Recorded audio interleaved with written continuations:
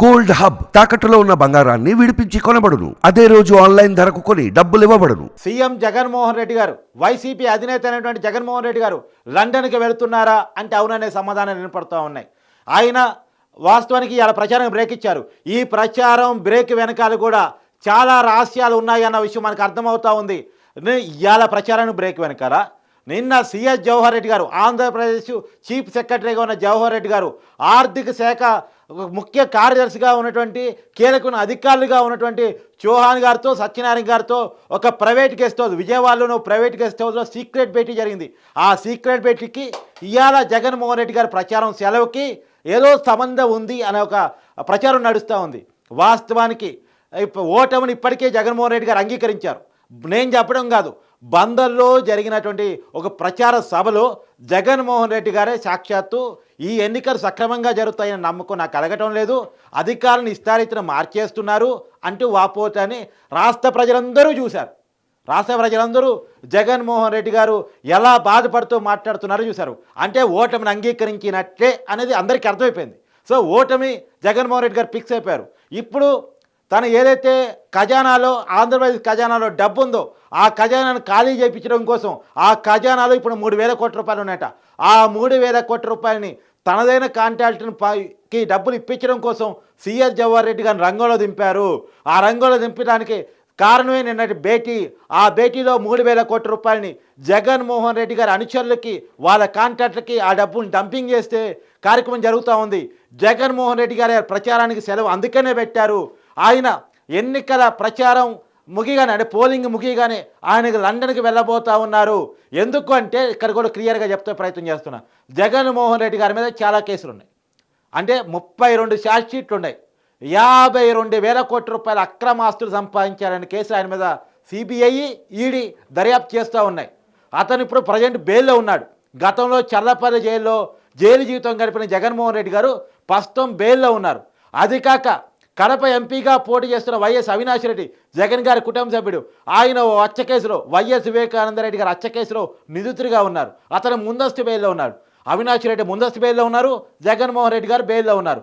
కాబట్టి ఒకవేళ అధికారం కోల్పోతే రేపు ఈ బెయిల్ క్యాన్సిల్ అయితే జైలు జీవితం పోవాల్సి వస్తుంది. అది కాక ఈ పాత బెయిల్ పక్కన పెట్టేస్తే కొత్త కేసులు ఖచ్చితంగా చుట్టుముట్టే అవకాశం ఉంది. అది ఏమిటంటే, ఉదాహరణకి ఏపీలో మద్యం స్కామ్, ఇప్పుడు ఢిల్లీ లిక్కర్ స్కామ్ లెక్కన ఏపీ లిక్కర్ స్కామ్ బయటకు వస్తే చాలా పెద్ద కేసే జగన్మోహన్ రెడ్డి మీద అయ్యే పరిస్థితి కనపడుతూ ఉంది. భూములు, ప్రెసిడెంట్ గోల్డ్ మెడల్లు, పవర్ స్టార్లు ఇవి ఏదైతే అమ్మేసి లక్షల కోట్ల రూపాయలు జగన్మోహన్ రెడ్డి గారు సంపాదించారనే ఆరోపణ ఏదైతే ఉందో ఆ కేసు కనుక జగన్మోహన్ రెడ్డి గారి మీద నమోదయ్యే అవకాశం లేకపోలేదు. ఎందుకంటే కూటమి ప్రభుత్వం అధికారంలోకి వస్తే, చంద్రబాబు నాయుడు గారు సీఎం అయితే ఖచ్చితంగా జగన్మోహన్ రెడ్డి గారి మీద కేసులు పెట్టే పరిస్థితి ఉంటుంది. ఎందుకంటే చంద్రబాబు నాయుడు గారి మీద 60 రోజుల కాలంలో 6 కేసులు పెట్టి 50 రోజులకు పైగా జైలు జీవితాన్ని చంద్రబాబు నాయుడు గారు చూపించారు. చల్లపల్లి జైల్లో ఒకనాడు జైలు జీవితం చూసిన జగన్మోహన్ రెడ్డి గారు చంద్రబాబు నాయుడు గారు కూడా జైలు జీవితం చూపించారు. బెయిల్ రాకుండా అడ్డుకునే ప్రయత్నం చేశారు. నిజానికి ఆయన అనుకున్న ప్లాన్ వర్కౌట్ అయి ఉంటే ఎలక్షన్ ప్రచారాన్ని కూడా దూరం చేసి చంద్రబాబు నాయుడు గారిని రాజమండ్రి సెంట్రల్ జైల్లో ఇప్పటివరకు ఉంచాలని అనుకున్నారు. కానీ కోర్టులో వర్కౌట్ కాలేదు. చంద్రబాబు నాయుడు గారు బెయిల్లో బయటకు వచ్చేశారు. సో ఇప్పుడు జగన్మోహన్ రెడ్డి గారు ఓడిపోతే ఆయన మీద కేసులన్నీ బయటకు వచ్చేసి మళ్ళా జైలుకు పోవాల్సిన పరిస్థితి వస్తే, ఆల్రెడీ జైలు జీవితం చూశారు, అది ఎట్టుంటుందో ఆయనకు తెలుసు. మళ్ళా ఒక్కసారి జైలుకు పోయి వచ్చినవాడు ఎవడు మళ్ళా జైలు చూడాలని కోరుకోడు. అందులో ఇన్నాళ్ళు సీఎంగా ఉండి రాజభోగాలు అనుభవించిన వ్యక్తి మళ్ళా జైలుకు పోవడం అంటే చాలా కష్టసాధ్యం అది. కాబట్టే అతను భయపడుతున్నాడు. ఇది నేను చెప్తున్న మాట కాదు. నేను చెప్తే సరే ఏదో ఇతను కావాలని చెప్తున్నాడు అనిపించుకోవచ్చు. కానీ జగన్మోహన్ రెడ్డి గారి సొంత సోదరి, కడప ఎంపీగా కాంగ్రెస్ పార్టీ తరఫున పోటీ చేస్తున్నటువంటి వైఎస్ షర్మిల కూడా ఇదే మాట చెప్పారు. కావాలంటే మీకు ఆ బయట కూడా వినిపిస్తాను, చూడండి. ఊరు దాటిపోవడానికి ఇక ఓటమిని ఒప్పుకునే పరిస్థితికి వచ్చి పాస్పోర్ట్లు కూడా తయారు చేసుకుంటున్నారు.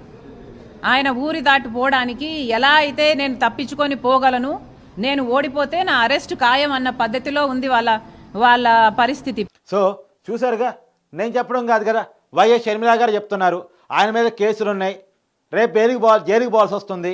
కాబట్టి అతని ఇప్పుడు ఆల్రెడీ బెయిల్లో ఉన్న వ్యక్తి ఖచ్చితంగా రేపు అధికారం పోతే జైలుకి పోవాల్సి వస్తుంది. కాబట్టే అన్నీ రెడీ చేసుకున్నారు, అన్నీ సర్దుబాటు చేసుకున్నారు. రేపు ఎలక్షన్ రిజల్ట్ వచ్చిన తర్వాత అతను లండన్ పోతారు. అది ఇంకో మాట వినపడుతుందంటే ఎలక్షన్ రిజల్ట్ దాకా కూడా ఆగరు, పోలింగ్ అయిపోయిన తర్వాత ఆయన లండన్ వెళ్ళిపోతారు అనే ప్రచారం కూడా నడుస్తూ ఉంది. సో మొత్తానికి ఏ డేట్స్న టికెట్ బుక్ చేసుకున్నారో క్లారిటీ లేదు, కానీ ఆయన టికెట్స్ బుక్ చేసుకున్నారు అన్న మాట మాత్రం క్లారిటీగా ఉంది. జగన్మోహన్ రెడ్డి గారు లండన్ పోతూ ఉన్నారు, ఆయన కూతురు అక్కడ చదువుకుంటూ ఉన్నారు, వాళ్ళని చూస్తాను అనే పేరుతోటి ఆయన అక్కడికి వెళ్ళే పరిస్థితి కనపడుతూ ఉంది. కొంతకాలం పాటు ఆయన ఖచ్చితంగా ఆంధ్రప్రదేశ్కి వచ్చే పరిస్థితి కనబడటం లేదు, ఎందుకంటే ఆయన మీద కేసులు ఉండే ప్రమాదం ఉంది. రెండోది, ఇప్పుడు అధికారం పోతే మళ్ళీ 2029 వరకు ఎన్నికలు లేవు, దాదాపు 5 సంవత్సరాల టైం ఉంటుంది. కాబట్టి అప్పట్లో ఆయన ఏపీకి రారు అనే చర్చ కూడా నడుస్తూ ఉంది. సో ఒకవేళ వైసీపీ అధినేతగా ఉన్న జగన్మోహన్ రెడ్డి గారు జైలుకి వెళితే వైసీపీ పార్టీ కొలాప్స్ అయ్యే ప్రమాదం కూడా లేకపోలేదు. అది జగన్మోహన్ రెడ్డి గారు ముందుగానే ఊహిస్తున్నారు. నిజానికి మీకు ఉదాహరణ కూడా చెప్తా. అప్పుడు తెలంగాణలో కేసీఆర్ చాలా పెద్ద లీడర్, నో డౌట్ చాలా పెద్ద లీడరు, తెలంగాణ జాతిపిత అని చెప్పుకుంటుంటాడు, నాకు మించిన లీడర్ తెలంగాణ ఇంకెవడు లేడని చెప్పుకుంటూ ఉంటాడు. 10 సంవత్సరాలు అధికారంలో ఉన్నాడు. ఈయనన్నా జగన్మోహన్ రెడ్డి గారు 5 సంవత్సరాలు అధికారంలో ఉన్నాడు, కానీ కేసీఆర్ 10 సంవత్సరాలు అధికారంలో ఉన్నాడు. అధికారం పోయి 6 నెలలు కావట్లేదు, పార్టీ కొలాప్స్ స్టేజ్లో దిగిపోయింది. Party collapse. అసలు ఒక్క ఎమ్మెల్యే ఆగేటట్లేడు, టిక్కెట్ ఇస్తేనన్నా ఎంపీలు ఆగేటట్లేడు. నీ పార్టీ వద్దు, నీ టిక్కెట్ వద్దు అని పోతున్న పరిస్థితి. ఏదైతే జగన్మోహన్ రెడ్డి గారికి ఎలక్షన్స్లో ఎదురైన అనుభవాలు ఉన్నాయో కేసీఆర్కి ఇవాళ ఎదురవుతూ ఉన్నాయి. ఎలక్షన్ టికెట్ అప్పుడు జగన్మోహన్ రెడ్డి గారికి ఏంటి పరిస్థితి? నెల్లూరులో టికెట్ ఇస్తానంటే వేమిరెడ్డి గారు దండం పెట్టి నీ పార్టీ వద్దు, నీ టికెట్ వద్దు అని చెప్పేసి ఆయన టీడీపీలో పోయి అక్క టికెట్ తెచ్చుకుని పోటీ చేస్తున్నారు. మాగంటి గారి పరిస్థితి అదే ఒంగోలులో. సో టికెట్ ఇస్తానన్నా ఎలా అయితే జగన్మోహన్ రెడ్డి గారితో మేము ఉండము అనే పరిస్థితి ఏపీలో ఉందో, తెలంగాణలో ఆ పరిస్థితి చూస్తున్నారు. ఇప్పుడే ఆ పరిస్థితి చూస్తున్న జగన్మోహన్ రెడ్డి గారు ఎలక్షన్స్ అయిపోయి ఓటమి ఎదురైతే ఎలాంటి పరిస్థితి చూడాలనిపిస్తుంది? రెండోది, వైసీపీ నాయకులను తీసుకోవటానికి షర్మిల రెడీగా ఉంది. వైసీపీ అధికారంలో ఉండి కాంగ్రెస్ పార్టీ ఏపీలో ఏమీ లేదనుకున్న పరిస్థితుల్లోనే వైసీపీ నుంచి సిట్టింగ్ ఎమ్మెల్యేలు 3 పోయారు పార్టీ నుంచి కాంగ్రెస్లోకి. వైసీపీ నుంచి కాంగ్రెస్లోకి 3 సిట్టింగ్ ఎమ్మెల్యేలు పోయారు. అది ఏమీ లేదు కాంగ్రెస్కి అనుకున్న టైంలో కూడా. ఏపీలో కాంగ్రెస్కి ఏమీ లేదు, వైసీపీ ఏమో అధికారంలో ఉంది. అయినా సరే ఈ పార్టీలో మాకు గౌరవం లేదు, స్వేచ్ఛ లేదు అనే కారణం చేత వాళ్ళంతా 3 ఎమ్మెల్యేలు, సిట్టింగ్ ఎమ్మెల్యేలు, ఎమ్మెల్యే పొజిషన్స్లో ఉన్న వాళ్ళు మళ్ళా టికెట్ ఇస్తున్న పరిస్థితి ఉన్నప్పటికీ కూడా రిజర్వ్ నియోజకవర్గాల్లో వాళ్ళు కాంగ్రెస్ వైపు పోయారు. వైసీపీ పొలిటికల్గా కిందైతే కాంగ్రెస్ పికప్ అయితే వైసీపీలో సగం దుకాణం సర్దుకునే అవకాశం ఉంది. అది జగన్మోహన్ రెడ్డి గారికి బాగా తెలుసు. కాబట్టే అతను లండన్ ప్రయాణం కట్టబోన్నారు. ఇక్కడ నుండి అరెస్ట్ అయితే తన పరువు పోతుంది, పార్టీ పోతుంది. కాబట్టి తన పరువుని, పార్టీని కాపాడుకోవాలంటే కొన్నాళ్ళు తను సేఫ్ జోన్లో ఉండటం అవసరం. సేఫ్ జోన్లో ఉండి అక్కడి నుంచి రకరకాల ఫండింగ్ ద్వారా పార్టీని నడిపించుకోవడం అవసరం. ఎందుకంటే 2029లో ఎన్నికలు ఎదుర్కోవాలంటే కొన్నాళ్ళు పార్టీ సస్టైన్ కావాలి. సో అధికారం వచ్చిన ఊపులో కూటమి వైపు లేదో కాంగ్రెస్ వైపు వైసీపీ అంతా నాయకులు వెళ్ళిపోతే వైసీపీ పార్టీ కొలాప్స్ పోయే పరిస్థితి ఉంది. ఇవన్నీ పక్కన పెడితే, పార్టీని పక్కన పెడితే ఆయన వ్యక్తిగా జైలుకు పోయే పరిస్థితి ఉంది. సో జైలు జీవితాన్ని తప్పించుకోవాలంటే ఆయనకున్న ఏకైక మార్గం లండన్కి వెళ్ళటం, అక్కడ సేఫ్ జోన్లో ఉండటం అనేది జగన్మోహన్ రెడ్డి గారు ఆలోచిస్తున్నారు అని జగన్మోహన్ రెడ్డి గారి గురించి బాగా తెలిసిన వ్యక్తులు. ఇప్పుడు జగన్మోహన్ రెడ్డి గారి గురించి షర్మిల బాగా తెలుసు కదా. ఇప్పుడు నాకు తెలియదో ఇంకోటి తెలియదో పక్కన పెట్టండి, షర్మిలకి జగన్మోహన్ రెడ్డి గారి గురించి బాగా తెలుసు కదా. సరే, షర్మిల అనే చెప్తున్నారు జగన్మోహన్ రెడ్డి గారి ఆలోచన తీరుని. కాబట్టి షర్మిల చెప్తున్నటువంటి మాట ప్రకారం, మనకు వినపడుతున్న వార్తల ప్రకారం జగన్మోహన్ రెడ్డి గారికి చాలా సన్నిహితులుగా వైసీపీకి బాగా నమ్మకంగా ఉంటున్న విశ్వసనీయ సమాచారం ప్రకారం జగన్మోహన్ రెడ్డి గారు లండన్కి టికెట్లు బుక్ చేసుకున్నారనే వార్త మనకు వినపడుతూ ఉంది. ఆయన తన మీద ఉన్నటువంటి కేసుల నుంచి, తన మీద ఉన్నటువంటి ఏదైతే పెట్టబోయే కేసుల నుంచి తనను తను రక్షించుకోవడం కోసం లండన్కి వెళుతున్నారు అనే ఒక ప్రచారం నడుస్తూ ఉంది. దీంట్లో నిజమంతా ఇవన్నీ పక్కన పెట్టేస్తే ఓటమిని అంగీకరించాడు అనేది మాత్రం నిజం. దాదాపు సగం మంది మంత్రులు ప్రచారం వదిలేశారు. నేను పేర్లు చెప్తా, ఒట్టిగా కాదు, పేర్లు చెప్తా. ఇప్పుడు రోజా ఉంది చూడండి, నగరికి వెళ్ళండి, ఎవరైనా వెళ్ళండి, నగర్లో రోజా ప్రచారం చేస్తున్నారా? సీరియస్గా ప్రచారం చేస్తున్నారా? ఏదో కార్యకర్త షెడ్యూల్స్ ఇస్తే మమా అనిపిస్తున్నారు, లిటరల్లీ మమా అనిపిస్తున్నారు అంతే. రోజా ఆల్రెడీ చేతులు వచ్చేసారు, ఓడిపోతానికి క్లియర్ కట్ తనకు వచ్చేసింది. తర్వాత గాజువాకలో కూడా అదే పరిస్థితి, గుడివాడ అమర్నాథ్ పరిస్థితి అదే.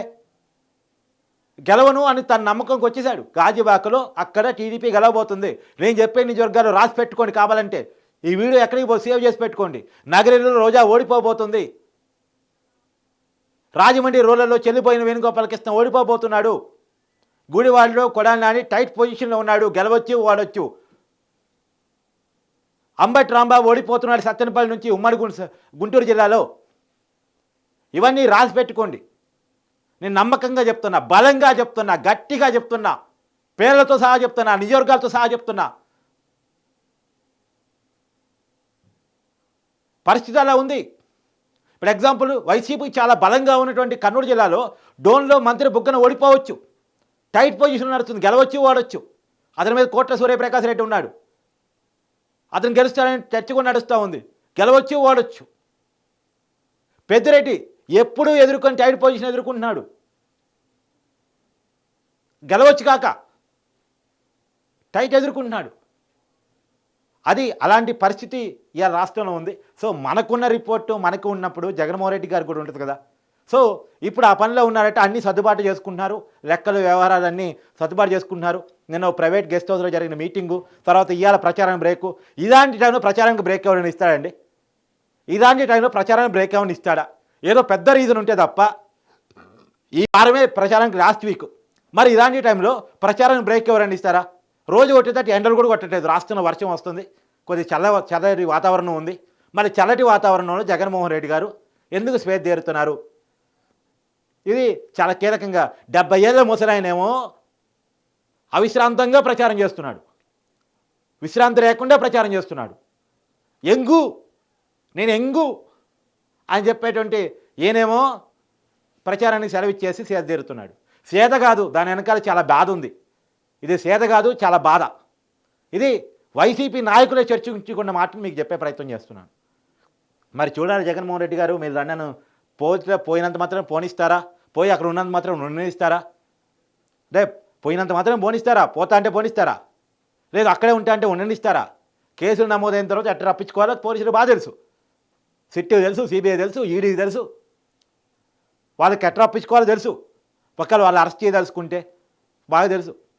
మరి జగన్మోహన్ రెడ్డి గారు ఏ రకమైనటువంటి రక్షణ పొందుతారు? గతంలో చల్లపల్లి జైల్లో కొన్ని నెలల పాటు జైలు జీవితాన్ని గడిపిన జగన్మోహన్ రెడ్డి గారు రేపు రాబోయే రోజుల్లో ఎలాంటి జైలు జీవితాన్ని గడపరు అనేది రాబోయే ఏపీ రాజకీయాల్లో ఎలాంటి పరిణామాలు చోటు చేసుకుంటాయనేది చూడాల్సి ఉంది. Thank you.